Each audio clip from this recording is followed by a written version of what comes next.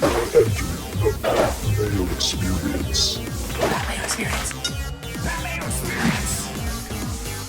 That Mayo Experience. Experience. Welcome to the Pat Mayo Experience, presented by DraftKings 2022 Fantasy Football Rankings Update. The news and notes, the biggest movers and ADP, and such. Smash the like button to the episode, sub to Mayo Media Network, of course. And if you want to follow along with the updated rankings, you can find those down in the description, as you can find all of the other football-related shows that we've done so far. And just subscribe to the podcast and the network for more in the coming days and weeks and the entire season. Joining me on the line to break it all down, to figure out where the adjustments need to be made from theathletic.com, as he's wont to do, appearing on this program, Jake Ciely, what's up? What's going on? The want. I haven't heard the want to do in a while. That's a term that I don't use too often. Well, that's why I have to use it, and then you use something different, then it seems like we're two completely different people. What a concept, huh? I mean, people will know as soon as I try to come up with a nickname for anybody that we're two different people. Yeah, I suppose that's true. But I want to talk about Antonio Gibson and Brian Robinson for a second. What are we doing here? We have Antonio Gibson working with the punt team and returning kickoffs, and Brian Robinson starting with the starters, and then Antonio Gibson getting worked in as a receiving role, but J.D. McKissic's not on the field, so now it's like, oh, well, maybe he's the receiving role. We can utilize him as a receiver like he was used in college a lot of the times. But it's like, well, the guy that usually does that wasn't playing. I don't know if that means he's like has the job locked or he's being cut. Just a lot of confusing situations going on with the Commanders right now. So what do we do? We start to worry about everybody involved. Although, I guess if you're one of the people that was over the weekend, as they're going to use him like Deebo Samuel, then everybody went crazy for that because he's in the Deebo Samuel role. And look at what that did for Deebo Samuel, because that's what everybody wants now is a new Deebo Samuel. I think we're looking right now potentially at a committee that Brian Robinson's first, second downs, short yardage, goal lines, Gibson sprinkled in. But as you mentioned, McKissic's there. McKissic's not gone. They brought him back after the Bills tried to sign him. So McKissic's going to be the pass catcher. Has been. He was just being interviewed on the sideline during the game. So it's a full-blown committee. Where I think this heads, at least in my opinion right now, is that when you start seeing Brian Robinson creep in front of Antonio Gibson in drafts, I'm going to take Gibson for the value because of two reasons. Is Gibson, the pass catching, even if it's not as great as McKissic, is going to be more than Brian Robinson. And we know we talk about that all the time, half point, full point PPR. When you have shared duties, we want the pass catchers. We always want the pass catchers. But I mentioned this with Meany on my show this morning. Is that this starting to feel a little bit like Tiki Barber. Now, I'm not saying Tiki Barber in the fact that he can go out there and everything gets fixed and all of a sudden Gibson runs for 1,300 yards and is involved in the passing game and he fixes fumbling issues and we never hear about anything ever again. But I'm saying if we look at the backfield, who is the most talented running back? It is still Antonio Gibson. So yes, everything's been concerning. Everything is screaming in our faces to stay away. But if Gibson's going to fall to the 8th round and he becomes the cheapest or second cheapest, he's right there with McKissic, I'm still going to take him at that point. If Brian Robinson creeps into the 5th, 6th, I'm out on Brian Robinson, just like it was out if Gibson was in the 4th or 5th. So I think we're looking at a committee right now, but I think that's going to turn Gibson into a potential stash and mid-round pick. And in that case, if it doesn't work out, you just drop him. Now it's at least a good value. Well, I have to update the rankings because of this. I had previously had Antonio Gibson at number 23 among running backs. That's starting to feel a bit high. Yeah. Not going to lie to you. We were pretty close. But right now, like that was ahead of A.J. Dillon. So what I've done is reverse the order, and these are all updated. Again, you can check out the rankings up on DKNation.com or just click the link down in the description. It's easy stuff. There's also a free newsletter with more up-to-date stats, changes that happens, completely free to join the Mayo Media newsletter. Highly recommend that you go do that right now. Thank you for doing that. See, there was the time allotted to go subscribe to the newsletter. It doesn't take very long. Smash the like while you're there as well. So I had him previously, I said, at number 23. So it goes James Conner, David Montgomery. I moved A.J. Dillon up to number 20. Just the more and more, I mean, I've been high on Dillon all preseason anyway. And just the more and more reports that come out of camp about how this is a 1A, 1B. I do think they'll have a lot of goal line opportunities here. Maybe even get involved more in the receiving game like we saw towards the end of last year. It's not like they have they do have a bounty of receivers. They just don't have a bounty of good receivers. More on that later. So that's ahead of Josh Jacobs, who I still have at number 21 for the moment, that I do want to talk about here. And then Antonio Gibson at number 22, ahead of names like Damian Harris, Zeke, Tony Pollard, Elijah Mitchell, J.K. Dobbins, Devin Singletary, Cordero Patterson. It almost feels like he shouldn't be ahead of any of those guys now. No, so when I updated my projections to give that more share to him, or to Brian Robinson, I still have him in front of Brian Robinson, but now for me, Antonio Gibson falls into the Devin Singletary, Tony Pollard, who you mentioned, Melvin Gordon, Kenneth Gainwell, Dameon Pierce, Clyde Edwards-Helaire, timeshare situations where the talent leans towards this running back. And that's the thing, is I would still take Gibson because of the pass catching, because of the talent. Brian Robinson could score more touchdowns than him, but I'm still going to keep Gibson in front of Brian Robinson. That might be a mistake, but now when you're talking about this RB3 territory, there's a lot of names in here that, if you're taking them in the 7th, 8th, 9th round, it's not going to hurt you as much as if you were taking them, as you just mentioned, where I was with you. I had Antonio Gibson at 21. Gibson or Dameon Pierce? Damn, ooh. Yeah, there we go. I was about to go.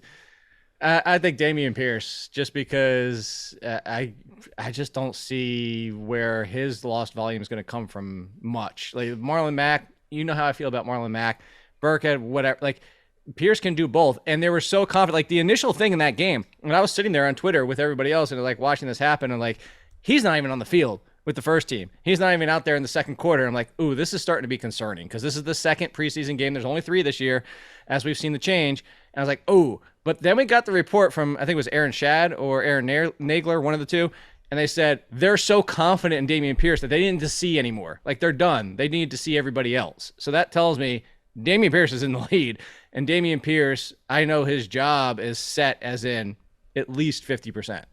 So the other one that I want to kind of hammer down on who's going to be in this range, because I agree, I think I would draft Pierce over Gibson at the moment. But then I have Rashaad Penny at number 37, but now there is no timetable for Kenneth Walker coming back from this hernia problem.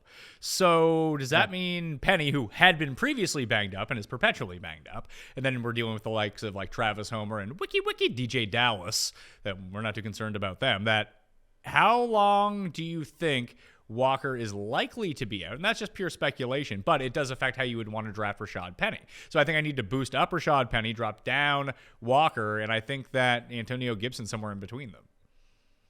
I think that's a fair spot for Gibson in between them because we are boosting Penny. There was the talk that Walker could be the lead. Actually, very similar to this without the third option. Like McKissic's role for the Seahawks being Travis Homer. Maybe. Travis Homer was kind of like... Maybe it's Travis Homer. Right, and that was basically like a non-factor. That was just like, here's the ancillary piece. With the Washington team, it's a much involved piece. Here it was just 2 with that third guy lingering around. So if you take away the lead touches that were going to Walker and more of like a 50-50, and you put some of that into Penny's pocket and then whoever else it might be, I would take Penny over Antonio Gibson. The downside, look, we just saw late last year. Everybody got excited. Everybody's coming for me on Twitter because it's finally happening, Jake. You're so excited for Rashaad Penny. Yeah, I'm excited as anybody else is. We're still always concerned that he's going to get hurt any given week because it is recurring similar injuries. It's not like a Barkley or McCaffrey or even a Derrick Henry. You blew one thing out or you hurt this, and none of them are related. Penny's just an injury nightmare. So I'd take Penny. And if you got 10 games from Penny in the 20s, you're going to get a top 20 running back. So it's worth it. So I have Penny at 34 at the moment. That's one spot behind Chase Edmonds, who was getting most of the run with the starters when Miami starters were out on the field. Would you take Penny or Edmonds? I would take Edmonds. It's close, but I would even take Penny over the split. I have him sandwiched between the Patriots guys. I go Harris, Penny, Stevenson. I have Stevenson a bit more down because I like Harris and his potential touchdown upside a little bit more. And what I'm trying to draft, as we've been through myriad times, that I want a guy that can potentially break the slate from down here and break my season open. If Dameon Harris, I feel like, is going to be the dominant goal line running back, something which I'm wrong on a lot of things, but if he can be like the 90-10 guy in there and all of a sudden he's capable of having 18 touchdowns, he doesn't really have to do much else as long as he has that workload, and the Patriots offense is capable enough of getting down to that area versus Stevenson, who feels like he'll have to earn his fantasy points the hard way. I'd rather just take the easy guys. That's the reason I have those split in between them. But I also had James Cook in this territory at number 35, but the reemergence of Zach Moss in this offense and sort of Devin Singletary seems kind of established, and I think that when they drafted James Cook and tried to draft J.D. McKissic, that we were like, well, that's bad news for Devin Singletary. I don't think I'm going to bump Singletary up. I have him at number 28, but it does feel like I need to bump James Cook down. You know, and that's where I felt on this entire conversation is that I had Singletary the highest, but it was pretty much out on this backfield. Well, not out. I was lower than everybody else. I have 0 shares of Singletary, Cook, and of course Zach Moss at this point. I don't know if Zach Moss is truly going to be involved. I mean, remember last year the inactives that were was like, oh my God, Zach Moss is inactive. What the hell's going on? This might be like, hey, do you guys want to send us a 6th rounder for Zach Moss as you lose other running backs? Maybe that's what they're trying to do on the side, and if it's a 1-2 punch, then we feel better about Cook and Singletary, but it's still a 1-2 punch with Josh Allen. I'm okay with Singletary. It's just the price was always just, I'm fine with it. But as we've discussed with draft strategy, which is not what we're really talking about today, but the reason I don't have Singletary and I don't have a lot of Tony Pollards of the world and Melvin Gordon's is because in this range, I'm drafting wide receivers because I got running backs earlier, but I was okay with Singletary's price. I wasn't okay with Cook's because Cook's was so close to his. And so I do think he should come down to, and this is not to be like, but where I had him. I had James Cook in the 40s this entire time. Well, that's where he is now. He's number 42. That's sandwiched between Kenneth Gainwell and Michael Carter. The Gainwell thing is interesting because he did get some run with the starters, but I was going to call him Miles Hamstring, which we probably should at this point. Miles Sanders is dealing with a hamstring injury, and they say he may be ready for week 1. I thought the interesting part about how Philly's game plan developed without Miles Sanders is in there. Miles Sanders, man, I hope he's out of the league. Apparently, I butcher his name every time I say it. It was Boston Scott who played what we perceived to be the Sanders role, and Gainwell was playing his normal Gainwell role. It's not like Gainwell got a bump up. It was just Boston Scott who stood in. He's been capable in the past. Not great, not horrible, but it does seem like that's kind of capping the ceiling for Gainwell a little bit. Yeah, you'll appreciate the reference I made on the show this morning with Chris Meany. I called Kenneth Gainwell the constant from Lost. He's the constant, is that he just stays. He's the reliable one. So Kenneth Gainwell's role is about 35% worst case scenario of the work. It's going to be pass catching. He can run between the tackles. I compared him to Philip Lindsay for the earlier this preseason to say, like, remember Philip Lindsay could run between the tackles, and people were like, why are they using him in the passing game more? At least with Kenneth Gainwell, they're going to consistently use him in the passing game. And if Miles Sanders is out, they turn to Boston Scott, which is what we just played with last year. We just went through this last year, Pat. We talked about it on your show. I talked about it on my show with Meany. Is like we were trying to figure out, okay, who's going to come in? And it was Boston Scott, and he got 2 touchdowns in that game. And everybody's like, oh, my God. And we were over here like we were trying to tell you that it was Boston Scott this entire time. So Kenneth Gainwell is established in what he is, which is that he's an RB3 pass-catching option who's going to probably get about 140-ish touches this year. And that's fine for where he is. But it's the Boston Scott. It's just he subs in for Miles Sanders, who is basically eliminated from the passing game at this point, even if he's healthy. So what do we do with so I had Miles Sanders at number 30. I was already kind of down on him to begin with based on where I think the consensus is. That it now just feels like that's probably, like Antonio Gibson, maybe a bit too high. I don't want to overreact too much because dude's hurt, and he might be ready for week 1, and then all bets are off, and he's back to the starting role. Do I just leave him where he is, or do I bump him down? Like, is he with Rashaad Penny now and Dameon Pierce as a part of that tier rather than Singletary, Kareem Hunt, Clyde Edwards-Helaire, Tony Pollard, like that type of guy? Yeah, so I would put him in my update, which is coming out today, well, depending on where you're listening, because this is on Monday when we're recording, is I have him in that we differ on Kareem Hunt, but I have him in that Hunt range with Hunt, Pollard, Melvin Gordon, those kind of guys, whereas that next tier up with Dameon Pierce and Singletary. So, like, we differ on some of those players, but that's where I have him. I have him a little bit further down than you do. So that's right behind Chase Edmonds for me. It's almost like in the... I would take Edmonds over him. I would take, I now have Edmonds ranked over Miles Sanders. So that goes Clyde Edwards-Helaire, Melvin Gordon, Chase Edmonds, Rashaad Penny, Miles Sanders, Dameon Pierce. Would I draft Sanders over Pierce? I probably wouldn't. I'm going to change that. I'd rather draft Pierce, and maybe he's good. Maybe he sucks and doesn't play, and he's on the Texans, and he's absolute garbage. But when has Miles Sanders really ever impressed us, Jake? Rookie season? Yeah.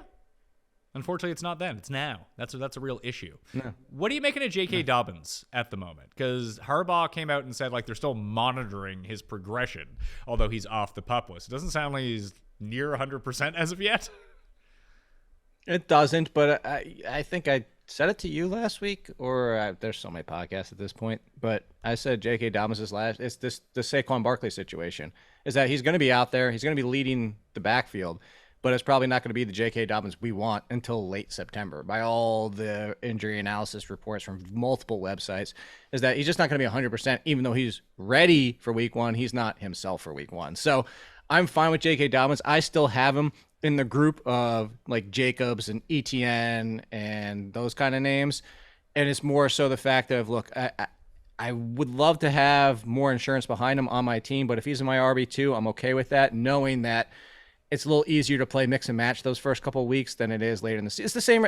I sat here and made the same argument for Saquon Barkley last year, and we sat here and watched Saquon Barkley at the end of September being what we had hoped he would be, and then he rolled up his ankle. Hopefully that doesn't happen with J.K. Dobbins, but you have to understand, if you're drafting J.K. Dobbins, don't get frustrated the first 2 or 3 weeks. He's out there averaging 3.5 yards per carry, and basically looks like Cam Akers did in the playoffs last year. Oh, that wouldn't be good. We need him to look like Cam Akers of this year, who's going to be awesome. Yes. That's who we want to be drafting at this point. But on the positive side, if he is Cam Akers of the playoffs and he's getting the bell cow work, then we're happy because he's out there for the 70% of the touches. Random question. Would you rather have Isiah McKenzie or Chris Olave? Who? I lean slightly towards Olave just because I think, well, he fits the same type of the role that they're trying to bring in for Winston here, is bring the intermediate game to his new, like his smarter play that we saw last year before he got hurt. But I think the fact is I think Jarvis Landry is easier to get kicked aside than it is for McKenzie to get past Gabriel Davis at number 2. Like, I think we've seen from Landry the past 2 years, what is he like? He's the one you and I talk about so many years and now. Like, why are you drafting those guys? Why are you drafting the guys that it's like, oh, I could use them on a bye week? Because you can find 15 of them on the waiver wire. We loved Jarvis Landry because we loved him for years on end, especially in PPR, because he was like always wide receiver 25. But now he's always wide receiver 45. There's just no upside with him. So I think Olave could step past him. But I would draft Olave only similar to Dobbins if I had patience. Don't draft Olave and be like, oh, Landry's doing better the first 3 weeks, I'm dropping Olave, because that's a mistake. Don't draft like that. I think I'd rather have McKenzie for the sole purpose of, if you were the number 2 on the Saints, potentially the number 3, depending on how all this works out. Like you said, he could pass Jarvis Landry. I still think that number 3/4 on the Bills might actually generate more fantasy opportunities. Oh, I thought you were going to say if he ever became the 2 and somebody got hurt. No, because I could see that. No, I think the 2 on the Saints outdoes the 3. No. The 3 on the Bills, I think, is a better fantasy situation because, depending on how the situation works, we know that the Saints want to play defense. We know that they want to run the ball. And yeah, we're kind of terrified that Jameis is going to throw to Kamara. But he still probably sees the second most targets on that team. Right, but we're also forgetting like Dawson Knox is still going to be involved in getting the touchdowns. Yeah, in the touchdowns, yes, I can see that. But if we're talking about the overall equity, sorry, not even equity, because equity would be the wrong thing in this. Olave probably has more equity in the Saints' offense. Just the volume of the Bills' offense and the potential for scoring is so much higher. We should take like net number 2 at the end of the year versus net number 3 for these two and see what they end up with. Well, it would have to be the bet that McKenzie can be ahead of Dawson Knox in that pecking order, but it's also that can Olave be ahead of Kamara and be ahead of Landry as we go through. Oh, no, I was just even saying, even if that doesn't happen, just as a curiosity of like a number standpoint, like if you just took the number 2, compiled the number 2 and then compiled the number 3, whether it's a mix of Knox, like whoever it was, like game to game, I don't want to do all that work, but like game to game, the number 3 versus the game to game, the number 2 at the end of the year, which would actually come out higher. Well, I'd be curious, who would have been the Bills' number 3 last year? Because Beasley was probably the 2, right? In terms of volume. Yeah, and then it was Sanders sometimes, but then it was Gabriel Davis sometimes, and that's why I was saying to kind of combine them, because if you just said it's Emmanuel Sanders, you would lose the bet because Emmanuel Sanders was half the games he was a non-factor, half the games it was Dawson Knox type. So I think that's what I was getting at, is that if you just took like who was the number 3 every single week, I think there'd be an argument for it. I would still go for the number 2, but I think that would bring things closer. Back to the Dobbins thing for a second. I have Dobbins at number 27 right now. That's behind guys like Tony Pollard and Damian Harris. I'm kind of distrustful of this knee, and maybe we'll end up with this say, maybe you'll be right but be wrong, like you were with Saquon Barkley, where everything started to turn around, then he got hurt again, and then you just like, yeah, of course you should have faded him. He was no good the entire year. So maybe that's sort of the angle that I'm playing with this, but there's something I personally find distrustful about the situation. There's still like no real word about Gus Edwards, but you know what I did see, and we'd been talking about for weeks? Mike Davis laying down the hammer in the backfield, throwing up blocks. Mike Davis is going to score fantasy points this year, just only because it makes way too much sense after people liked him last year. He's being undrafted this year, but it really is the perfect situation and the perfect team for, random Mike Davis, third string running back. He's running back 18 by the end of the year. Baltimore sets up so perfectly for him based on his skill set. He's put his thighs into people. Remember Mike Davis's thighs? Like that was a real thing. Was it Mike Davis's? Yeah, Did he get? He had the giant thighs in the preseason last year. He was on thigh Twitter. AJ Dillon has taken that job this year. I'm trying to think. Like this is what was. I'm looking back right now. So this is going to be 2014 Justin Forsett. I couldn't remember if it was 14 or 15. The Justin Forsett, remember that? I mean, like you said it that year. It's like, nope, you want the Baltimore running backs that nobody wants, and that's what it always is. And also that was the case last year too. After Dobbins went out, it was like, oh man, Tyson Williams, because league winner. It's like, oh no, they're playing Le'Veon Bell and Devonta Freeman for no reason. No, the answer last year is you wanted none. Yeah, that's what the answer was. Well, I mean, Gus Bus had his run when he was starting, and then he got hurt. Yeah, for that a very small amount of time. Josh Jacobs didn't play in the Raiders game. So now does that mean he's back on good terms? I think he always was on good terms. I actually believe we talked about it. Like there was some credence to the fact it's a brand new offense, and whether or not he ticked off McDaniels or whatever it might be, I was always watching. There's two things.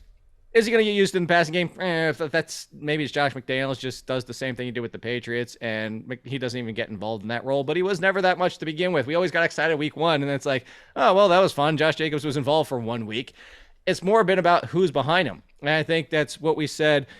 Go back, pull up your video that you and I talked about a month or 2 months ago, wherever it was, is that we said Kenyan Drake was a Gruden guy, and Kenyan Drake might not be long for this roster on opening day. And the past week has all been about the fact that Kenyan Drake wasn't even out there until the second unit and third unit was out there. So he could be gone, and it's Zamir White and Brandon Bolden. So, and Brandon Bolden from Josh McDaniels, it's there. So I'm okay with Josh Jacobs, but Josh Jacobs has always been what Josh Jacobs is. Primarily carrier, primarily touchdown dependent, but if we expect this offense to take another tick forward, then I think Josh Jacobs is a fine RB2. He's not exciting, but he's a fine RB2. He's going to be an RB2 every single year. We've done Isiah McKenzie. There's 4 Isaiahs to talk about today. So Isiah Pacheco up right now. I moved him to one spot behind Jerick McKinnon. I believe it's number 47 at running back because Clyde Edwards-Helaire did start the game as the starter. Yes, Pacheco was getting some goal line runs. He had a goal line target. That's all great stuff, but he's still a backup at this point. I think this one's headed towards a committee backup situation, or I guess it's a timeshare backup as committee as a backfield. Edwards-Helaire is the lead. It's probably not a lead of 60, 65%, but 50% with Pacheco and the addition of McKinnon being used in the passing game. It's kind of like they're going to timeshare behind him, but that timeshare is involved every single week. The frustrating situation here is that right now, depending on who you're drafting with, Pacheco's not a good draft spot because people are going to draft him inside the 30s because he's on the Chiefs. But McKinnon's not going to go away. But do you really even want McKinnon at this point? Because they're just going to siphon off each other, and everybody's going to end up frustrating. If Clyde Edwards-Helaire falls to like RB3 cost in drafts, I'll just take him as a flex option. But there'll be weeks where he goes out there and gets 12 for 40, 2 catches, and 0 touchdowns, and you're just going to be annoyed by this backfield because it's the excitement of the Chiefs, but it's the reality of what the usage is going to be week in and week out. You know what this backfield is? And go back to what we said. It's basically Doug Peterson on the Chiefs. It's going to be a frustrating backfield, and you're going to be ticked off at somebody every single week. Yeah, I think people forget that before Clyde Edwards-Helaire was drafted, it was always the mix and match. And it's like, man, who do we play from this backfield? Who's going to be the one who scores the touchdowns this week? And then the moment he was drafted, first-round pick, running back. Like, he's Brian Westbrook 2.0. This is glorious. Let's take him in the first round. No, it just was never going back to what we thought it was ever going to be. No, that was also, don't forget, he ended up a first-round pick that year when everybody went back crap crazy after Williams opted out because of COVID. That's right. I mean, Dameon Williams was really the answer in this backfield. Like, he was. Yeah, it was. I feel like he has been their best fantasy running back over the past 4 years. Yeah, and now he's elsewhere. They should have just brought him back. Atlanta? He's in Atlanta, right? Yeah, yeah. That's going to be Could fun. be the option in Atlanta. Could be. We'll end up seeing about that. Isaiah Spiller. Yeah. Larry Roundtree was the one getting all the carries and not Eckler, but it seems like Spiller's kind of banged up. Do we still think he's the number 2 for the Chargers? I still think he's the number 2, but maybe not for week 1. But you remember last year at this very time, I mean, there's other running backs. Josh Kelly. Yeah. Down, no, I was going to say, down in the Pecky, like Elijah Mitchell wasn't even a mentioned name until week 1. And so, like, I'm not saying he's going to be Elijah Mitchell, to be clear. But there's plenty of rookie running backs. There's plenty of running backs in general. There's plenty of wide receivers doing the same thing. That's just they're down in the depth charts in their usage. And then the season rolls around, and they just work their way up. Spiller was always more of a long-term option. Spiller, I still think, has the most potential. And I'll bring it. I don't know if you're going to bring him up in the show, but I know people are going to say, like, well, look, the clear option behind Joe Mixon is Samaje Perine. It's just like, I don't know. Sure. Yeah, as of today, boom. They're out for week 1, both Joe Mixon and Austin Eckler. Yes, it's going to be Kelly and Perine. But if the talent wins out, I think Evans is a more complete running back. I think Spiller is the best option in that backfield, and that if given multiple weeks and they continue to develop, they could take over. So, they won't be the first answer. But was it the Chiefs? What was the one that, no, it was the Broncos. Remember the Broncos? We always kept picking the wrong one, or fantasy usually kept picking the wrong one. It was like 1 or 2 weeks of some guy. And then the real answer was the one that showed up 3 weeks after the lead option went down, and that was the one to ride the rest of the way. I think that could be these type of situations. So what you're saying is we need to find our Olandis Gary, but from the backups. No Sean Moreno. Oh, no Sean All those are the Moreno. word. Forgot about old No Sean. So Isiah Pacheco, Isaiah Spiller. How about Isaiah Likely, who very much lit up the preseason? Does Baltimore have, because they don't really have any receivers. Like, you have Bateman, you have Andrews, and then you have question marks everywhere. You have Devin Duvernay. He can play on the outside. And James Prochet. James Prochet. See, we got some good French names going on in Baltimore right now, But like, could Isaiah Likely be just a receiver on this team that they use? They could be. So if you go back to the draft process, I was like, oh my God, they just got one of the best tight ends buried. And we're basically screwed for fantasy hope. And he wasn't the only one. They drafted Kohler too. But Isaiah Likely let's put him on the Giants when they're talking about Daniel Bellinger right now. If Isaiah Likely was on the Giants, we might be like, ooh, he could be a tight end too. But is he even going to be a tight end too on a team that still he would be third at best? And he's a rookie tight end. Yes, he's going to be running more routes than versus blocking, but I'm still tempering expectations. I know what you're talking about. Fantasy Twitter is going bananas for Isaiah Likely. And yeah, it's super exciting. But I think they're kind of projecting the excitement of what we just saw Mark Andrews do onto Likely, and Likely his own talent. That's Likely the player, not Likely his own talent. So I think there's excitement here. Yeah, if Mark Andrews got hurt, of course. But am I drafting Isaiah Likely anywhere in a 16-team or 16-round draft, 12-team league? No. So we spoke about Isaiah McKenzie, and he's playing all of the slot, not Jamison Crowder for the Bills. I think that's very valuable.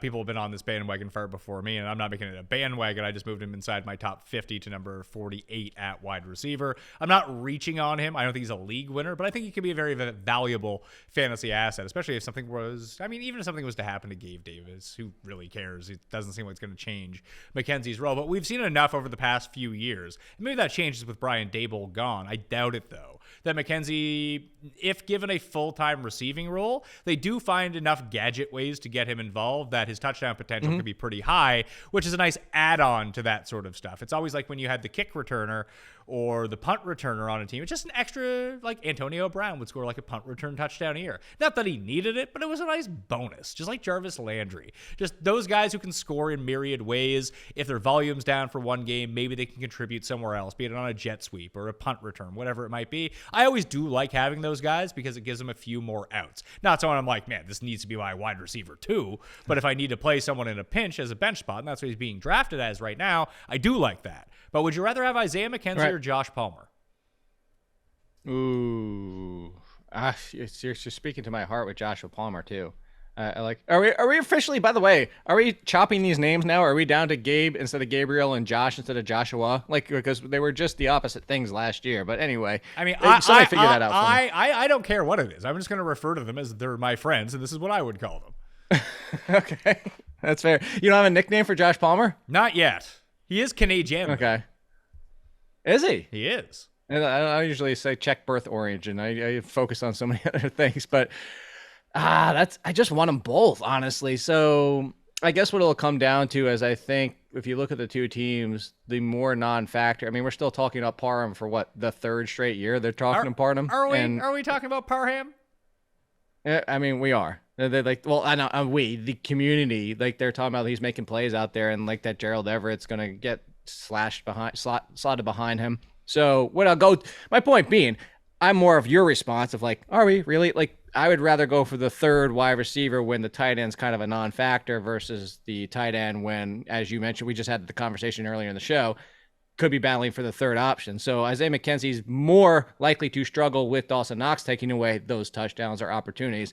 Whereas I think the tight end, as we see with the Chargers, is kind of non-factor. It was mostly a non-factor last year. So I'll go Josh Palmer. You know what the tight ends on the Chargers are? First touchdown bets in primetime games. That's it. Hell, we also have to deal with he who shall not be named at tight end there for a while too. That's the problem. Yeah, he enjoyed catching a nice first touchdown and then doing absolutely nothing after the fact. You know who is doing something as he is returning to practice, which is great news for his week 1 availability. He'd been busted down in the fantasy ranks because he got hurt. We didn't know if his thumb would be ready for week 1, and now it appears like it's going to be that way. Instead of drafting Parham, Jeff's buddy, why don't you just draft Irv Smith? Because it looks like he's back. Everyone wants KJ Osborne now. No. We got no Tyler Conk. The Conk is not taking anything away from Big Irv this year. Big Irv set up to be just very reliable, I feel like.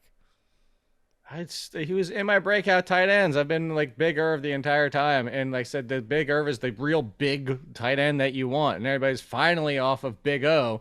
And it's like, what? Like, it should have just been Irv Smith the entire time. And you're telling me Irv Smith versus Cole Kmet. And I like Cole Kmet. We saw he's got barely anybody else to throw to. But at the same time, if you're going to tell me the number 2 with Justin Fields in that offense, kind of like your argument for the Bills, Cole Kmet, who just came off 0 touchdowns, I'd be like, he can't score 0 again. It's the Bears, really? You really think that he can't score 0 touchdowns again? I'm going to take the number 3 with Kirk Cousins in this offense that Kevin O'Connell is supposed to make even greater than the number 2 with Justin Fields at the helm. So you speaking to the choir, man. Irv Smith has been on so many of my teams. Yeah, I have Irv Smith ranked above Cole Kmet. I also have Robert Tonyan ranked ahead of Cole Kmet as well, just because of. I know you love Robert Tonyan. It's not that I love him. It's just I like. You know who I like? Aaron Rodgers. I hear he throws touchdowns, and you know who's going to be catching them? I don't know. Could be Bob Tonyan. That's very true. Would you take Irv Smith over Freiermuth? Yes, I would. Okay. I take all 3 of those guys over Firemouth. So do you have Irv Smith in your top 10 then? I have him at number 11, I think. Let's see. Yeah, number 11. He's 1 spot behind Zach Ertz and 2 behind Dawson Knox. So that's the difference. I have Irv Smith over Dawson Knox. I can see it. But I just feel like sometimes, you know how people want Pacheco because if you can just invest in the Chiefs offense, that can pay huge dividends. I have the least amount of confidence in Knox. He is the one who knocks, but that doesn't mean I'm not wrong. And if I was going to take a chance on one of these tight ends, now I'm not reaching on Dawson Knox by any stretch of the imagination. He's like, I have a very clear top 8, and then 9 and below is like whatever. And you can get Irv Smith and Robert Tonyan in the final round, whereas you can't draft Dawson Knox there because people are taking him. So it's far more likely that I end up with Irv and Robert Tonyan. But if they were all available in the 16th round, I would take Dawson Knox and hope Isiah McKenzie isn't a thing, and all of a sudden Dawson Knox catches 13 touchdowns. Because that is a part of his range of outcome. It's not likely. Sure. It's not likely, but I can't really say that. I guess Robert Tonyan could technically catch 13 touchdowns in this offense, potentially. Like that's what do you have a few years ago? Like 10? I know it's at least 8. I mean, hell, we had the year from what's his face the Richard Rodgers, who ended up as a tight end 1 that year because I got 8 touchdowns. They're available in that Green Bay offense, just like they're available in the Bills offense. And when you have so much talent you actually have to cover, you just have real tall Dawson Knox standing there like this. Here's the one caveat that we need to throw out. We talk about this every year, Pat. If you draft a Tonyan, if Tonyan is your answer, okay, yes, there's the scenario where he does nothing for the first 3 weeks and you move on to somebody like our boy Brevin Jordan that you should just draft anyway. But let's just say he's doing fine. He's catching a touchdown every third game, every other game. Just put him in the lineup every single week and stop trying to guess, because you're going to get it wrong, and then you're going to miss out on half the reason you drafted Robert Tonyan. Like, for the people that you and I sat here and said, don't draft Jared Cook, but if you do, just leave him in your damn lineup and stop trying to predict the matchups. Yeah, you're going to have to eat the 3 for 17 weeks that come along with Robert Tonyan, but 2 weeks later it'll be 3 for 17 and 3 touchdowns. Like, okay, that was pretty useful. Once you get down to this level, whether we're talking about Austin Hooper or Freiermuth or Noah Fan or Mike Gesicki, more on in a second, Hunter Henry, Brevin Jordan, like you mentioned, like, these guys are all terrible. Like, you're hoping that you can mine the right weeks out of them, and once you get to this range, I'm far more interested in touchdowns. Like, I do think that Irv Smith and Cole Kmet, and potentially Freiermuth as well, all kind of hold a place of relative stability in PPR and half-point PPR formats because of their potential target share and their ability to put up 5 for 50 games. That's great and everything, but if they're not like super high on the touchdown list, the weeks that you get from Tonyan are just going to be better and actually win you weeks. And most people have bad tight ends anyway, so like the bad weeks don't really kill you. Yeah, very good point. That's, yeah. So, Mike Gesicki, don't draft that guy. He sucks. We sat here and talked about this as soon as the addition of Tyreek Hill happened. You know what? It's happening again. Don't draft Sticky Gesicki. It's gone dry. No more stick 'em. It's all gone. He even said it in his interview. He even said the fact that, like, prior to this year, he's been a receiver, a tight end playing receiver. Now he's a tight end playing tight end. He understands, like, he knows he wouldn't draft himself. It's a pretty good reason. I mean, maybe he sucks at fantasy football. Maybe that means we should draft him. It's like doing what was the Washington tight? Remember the Washington tight end that drafted himself and caught like 3 touchdowns that one week? Oh, what the hell was his name? Yeah, or was he playing against himself? Bates? Or something like that. And he ended up losing. Was it John Bates? Is that a guy? No, but it was that's that guy right now. Oh. That's the one that could get. Yeah, it was somebody. Chris. There's something. A CC. Was it Conley? No, something like that. It wasn't Chris. Chris Conley's not a tight end. I know, but it's like that was the name. It was like a CC name. I'm super curious. Okay, let me ask you this question: what do we do with Christian Kirk and Big Marv? Chris Cooley. Wasn't Chris Cooley the guy? Wasn't Chris Cooley the guy who had the NFL.com commercial where he caught the ball through the wall? Wasn't Chris Cooley the cooler? Wasn't he good for a while? Yeah, but I'm pretty sure he had the 3 touchdown game too, like back in 2007 or something. Oh, maybe. We're heading down the super rabbit hole that I sent us down now. Christian Kirk, Marvin Jones. Yes. Not Laquan Treadwell. Christian Kirk, sorry. And Marvin Jones, senior. Not junior, seniors, who you want to have there. You don't want the junior as of right now. Maybe later, but senior for this year. I think we're too low on them. I have Christian Kirk at number 39 at receiver. Is that too low? Like, is he better than Darnell Mooney? Because he might be. Mooney kind of reeks. Well, it's more so Justin Fields in the passing game kind of reeks. It's funny that you said that, because I have had Christian Kirk in the 30s this entire time, and I keep saying I want him higher.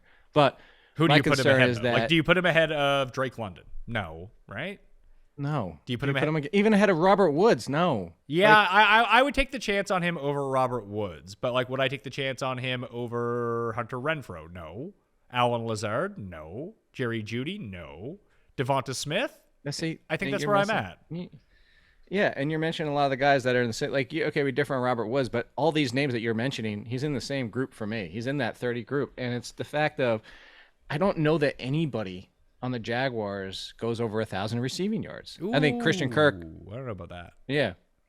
I could see them being 4,000 passing yards, Kirk being like 900, Marvin Jones 800, and then Treadwell with a couple hundred, and whoever else, if they stick with Chenault, getting 300 himself, and then Evan Ingram getting 600 or 700, and Dan Arnold getting 500. Like, I just think it's going to be so spread out, and then ETN in the backfield that I think what's best for Lawrence is not forcing it to anybody, Kirk included, and I think that's what we've seen so far. Now, granted, he had like a 36% target share in this past game, but it wasn't the full complement of the offense. I do think Kirk is the favorite to lead. I would absolutely draft Kirk out of all of them. I just don't know, even if he does, let's say he catches 1,100 yards.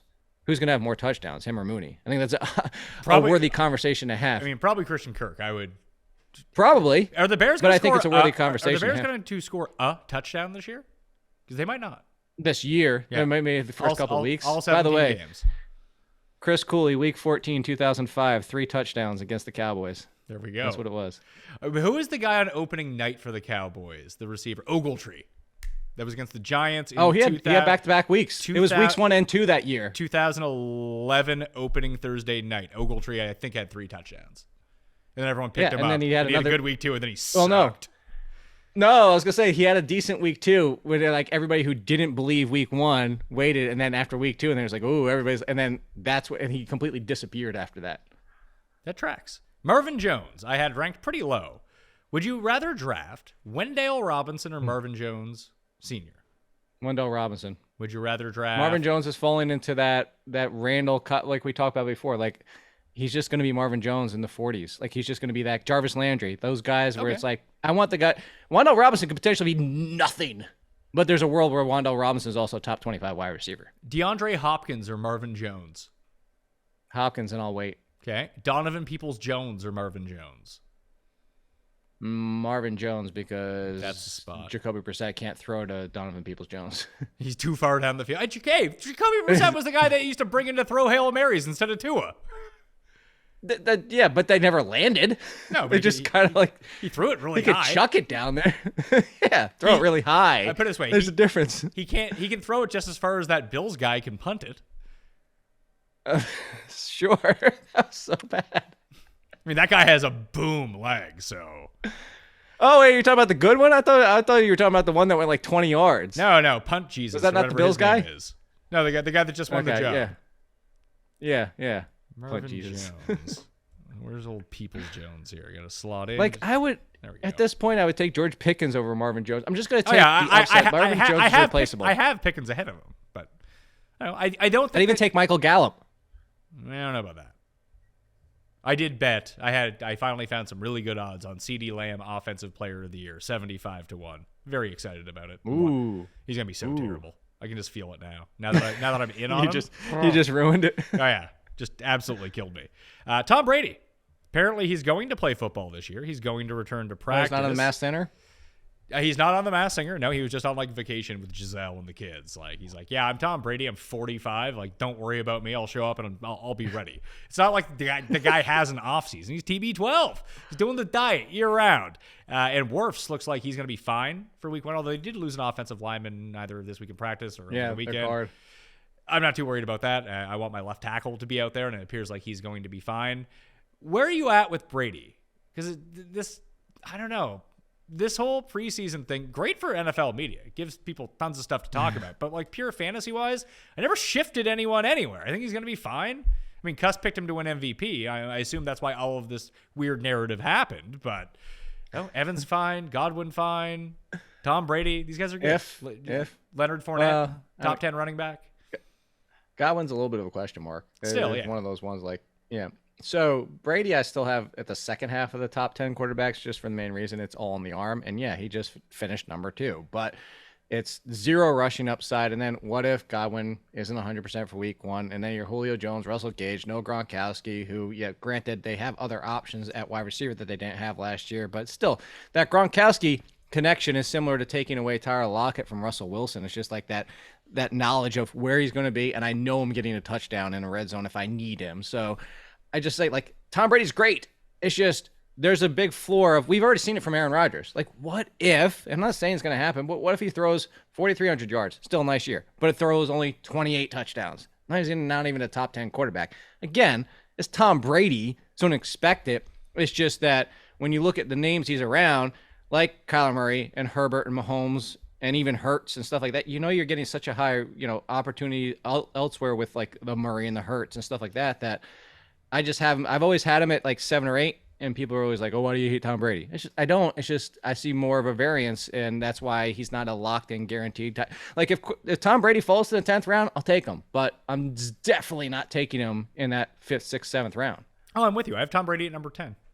I think he's a starter. So there you go. I think he should be starting on your fantasy team most weeks, but I don't think that he's a lock by any means. Like, give me Trey Lance. That's who I want instead. Yes. We've already had that discussion many times. But how about this discussion? How about this discussion? Okay. Because I'm very curious to see your take on this, because I've been just absolutely smitten from preseason. So no big deal. Guy's not going to be playing unless Ryan Tannehill gets hurt and he ends up winning the backup job. But how good of a fantasy player would Malik Willis be? I feel like he would be top 5 if he was a starter. Go back to draft time. Malik Willis should not have fallen in the draft to where he did. Malik Willis was the best quarterback in the draft, in my opinion. Yes, best in the draft, in my opinion. I think he has the chance to be a starter in the NFL as early as next year, potentially if this year happens. And like you just mentioned with Ryan Tannehill, who saw the writing on the wall when he even made his comments, because guess what? Zero dead money. He's gone next year if Malik Willis can be anything, and we've seen it.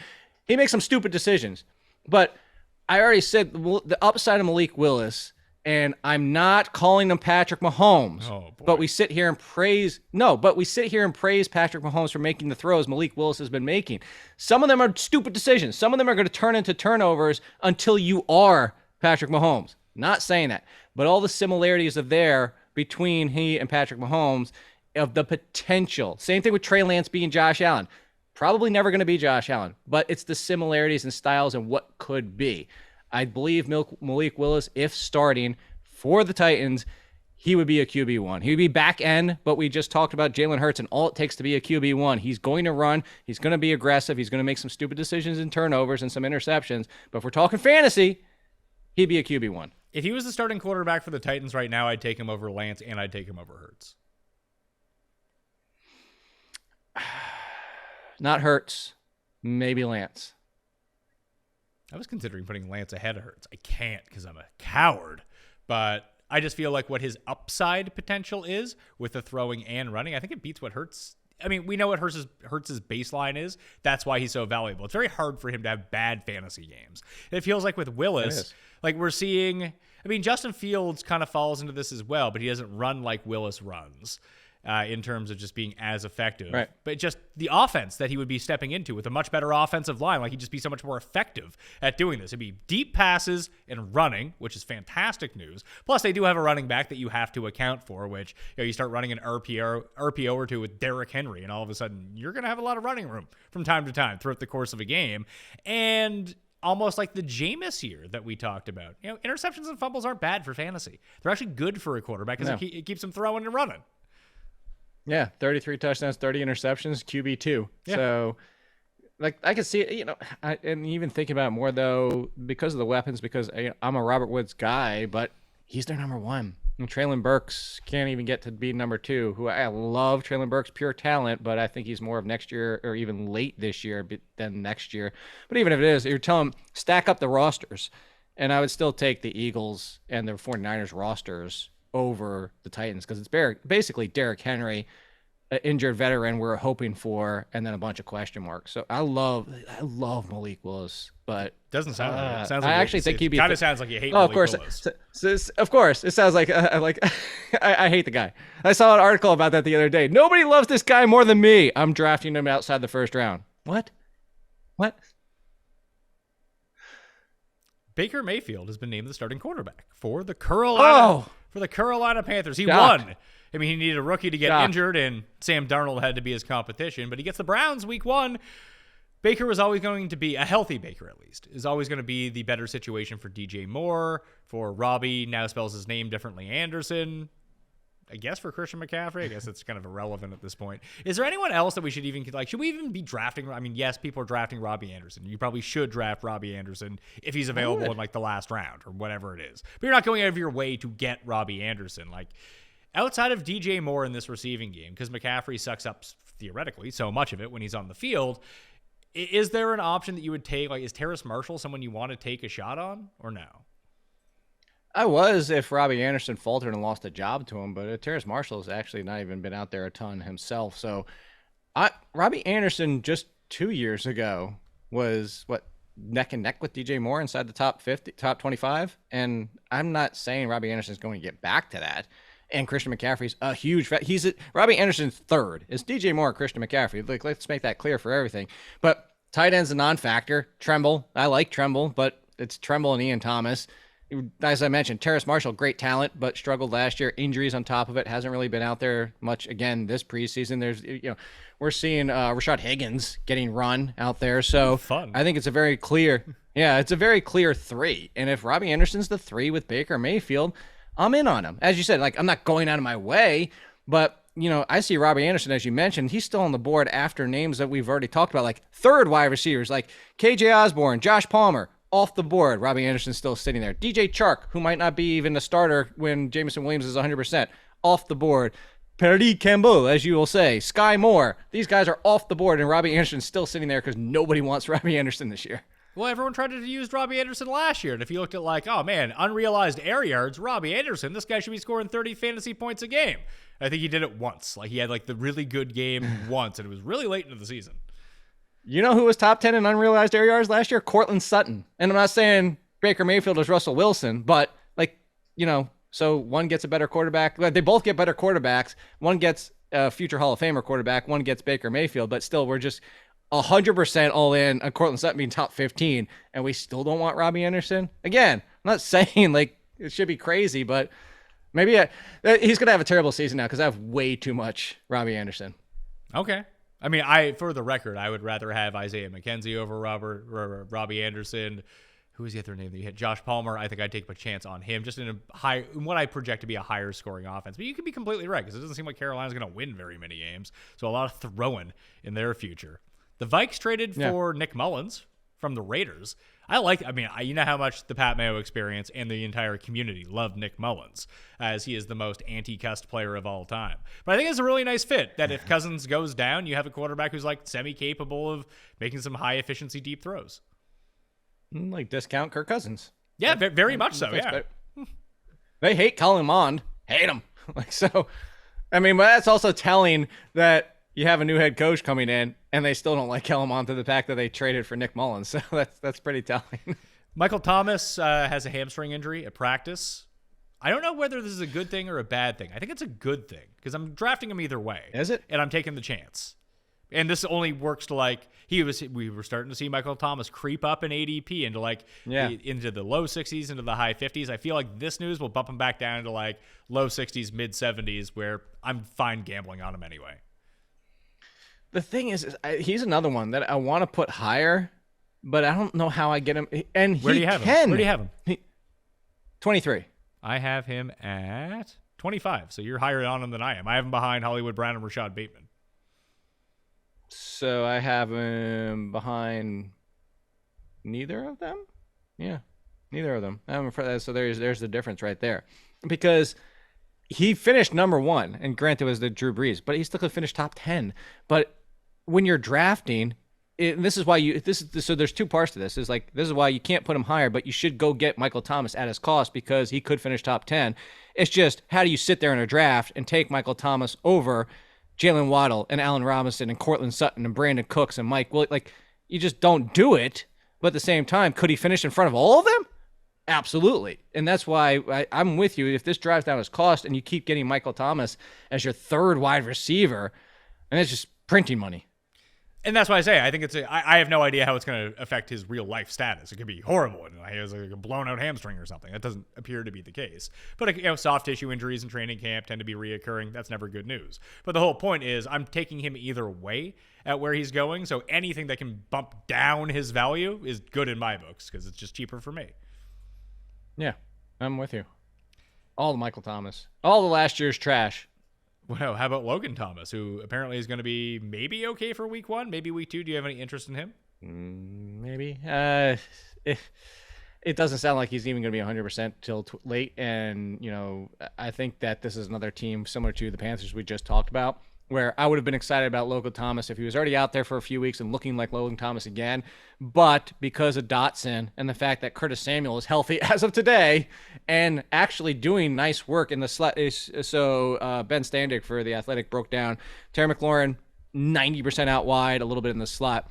And then Curtis Samuel is about 90% in the slot, barely out wide. And Dotson's basically sitting almost around 50-50. It was that 60-40 split, which tells you what the pecking order is that Samuel is going to be out there in 3 wide. But so far, this offense has looked good with those 3 running in those situations, which makes Dotson increasingly intriguing.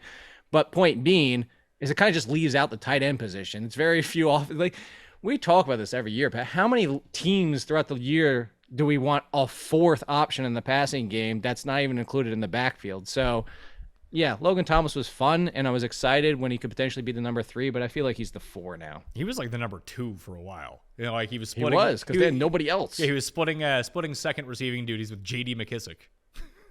Yeah. See, and that's the thing. You still have McKissic in the backfield with Gibson. I just don't know that there's anything even left for Logan Thomas if he's healthy. Pure pass then. Romeo Doubs or Christian Watson? Doubs. Are we calling it Doubs or Doubs? Do we know this yet? He said Doubs, right? Instead of Dobbs? That's why. Or did he say Dobbs instead of Doubs? I did. Like, I feel like there was conflicting reports within the same week. Doubs is fun. Doubs is far more fun. That's what I said. Just go with that. We're going to roll with that. So Doubs would be your guy. But I would go with that because Watson's more of a physical specimen and more of a dangerous ability threat, but he's kind of, I'm not saying he's Dorial Green Beckham, but kind of in that, like, I know, but he's projectable. Very freak, athletic, great wide receiver potential. I didn't think that even if he was 100%, which he had missed some time, which opened the door for everybody else, that he was kind of like similar to Burks and a lesser version of Burks. Like he was more of like, okay, let him develop, and let's talk about Christian Watson next year. Tyquan Thornton has a collarbone injury. He's going to miss what looks to be at least 8 weeks. I mean, he caught a touchdown week 1 in preseason without any of the Patriots starters in, so you know he was going to be good. How does the pecking order in New England break down? I care about Jacoby Myers. I think that he's just such a reliable – it depends on the size of your league, I think. But like in a 14 team or a 16 team, he's just such a reliable guy to have. Devontae Parker is healthy for now. Yeah, for Hunter now. Henry and Jonnu Smith is healthy for now. Hunter Henry is still one of their primary options at tight end. And it's a backfield-led team. And Mac Jones. And no, I really don't like – Jacoby Myers is another one. I don't ever have Jacoby Myers because what's the ceiling for Jacoby Myers? Yeah, but wide receiver 30? It's funny because I do kind of preach like the upside with a lot of these guys. But there are, I mean, you've watched me win league. Remember when I kept drafting J.D. McKissic every year? Beasley? Yeah, the Cole Beasley types, the J.D. McKissic types, that you just need them to have, like, they're so reliable that they're a safety net for your team in a way because you're never actually going to have to play them. And I do think that taking a mix of more upside guys versus reliable players for your bench is most definitely the smart move. But the year that I won with Cole Beasley, what happens? He had an outlier Cole Beasley. He did Cole Beasley stuff, and then he just got it amped up by like 30%. Then he was an every week starter, and he was really good. That if you can catch him on sort of an outlier type season, it's a bonanza for your team. However, in a pinch, bye weeks, whatever it might be, if you have to turn to Jacoby Myers in half point or most definitely in full PPR, I don't think that he's a bad option. He's not a bad option, but I just look because I underestimated by 1. Do you know how many double-digit games he had last year? 8. 5. 5? Yeah. I was going to guess 4. I can see it, but he's playing with a rookie quarterback, and they were up in a lot of games, weirdly, and I just don't think they're going to be that good this year. But he had targets 9, 6, 14, 12, 5, 6, 7, 9, 4, 4, 6, 8, 12, 8, 8, 8, 9. Like, and he still only had the 5 double-digit games. I can't do Jacoby Myers. He's all yours. I do like it. Hey, put it this way. It's the same reason I ended up with a bunch of Hunter Renfrow last year. And just I lucked into an outlier year, and he was really good. And I don't think he's going to be as good this year. Okay. But, I mean, if he gets an outlier, we'll come back to that one, and I'll say, like, you were 100% right. Here's what I'm talking about when it comes to it. Let's say you have 3 bench spots for 3 wide receivers, and you're all in that sort of range that you could have Wendell Robinson, Chris Olave, and Josh Palmer. I mean, I would take 2 of those guys in Jacoby Myers. Why do I need 3 lottery tickets? I can have 2 lottery tickets, and then I can have a guy who I know what his role is, and you just read out the targets. Like a few more things break his way, and then all of a sudden he's going like 8 for 80 every single week. And hey, if God forbid he scores 4 touchdowns in a year, all of a sudden he's like a wide receiver number 35, which is valuable. I said that's a fair argument. Yeah, I'm with you on the mix of the wide receivers on your bench. There we are. You don't want 100% bust options. I completely agree. And that's the case that I'm trying to make here. So I'm glad you agree. Anything else that you think we need to talk about from the weekend to get people ready for their drafts? Because I feel like, is it next week or the week after that more people are doing their drafts? I feel like it's right before Labor Day weekend and like in Labor Day weekend. Or is it this weekend? No, it's next weekend. That makes sense. That's what I'm doing. Usually, Yeah, because it's like usually the third weekend game, they try to get that out of the way, but now the third weekend game that's it, because there's no fourth weekend anymore. So I think you're going to get a lot of next weekend and then the Labor Day spillover. So basically, this weekend, I say basically starting the 27th all the way through Labor Day. The one thing I will say we didn't mention, and we mentioned on the last show, for people that might not have seen it, because I was watching the game and I even sat here and said, ooh, this is a little bit concerning for Dameon Pierce that he's not there with the first. He's not having in the second quarter. And what the hell's going on? And then during the game, we got the report that the Texans were so confident in Pierce they didn't even want to risk him, and they wanted to evaluate and see the other running backs fire up that Dameon Pierce. We talked about him early in the show, but we didn't talk about that aspect of him. Okay. Who's the number 2 in Houston? Wide receiver. Nico? Matt. Oh, 2?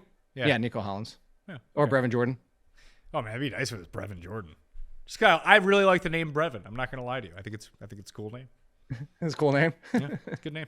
So the rankings now have a fresh coat of primer on them. They're all officially updated. If you heard me typing, I was doing it during the show to make sure that they match what I was saying, Jake. So they're all updated right now at dknation.com, or just hit the description and you can find all of the quick links to there. Plus, all of the other stuff from the PME draft guide is down in the description as well, as is the Week 1 DraftKings Rake-Free Tournament.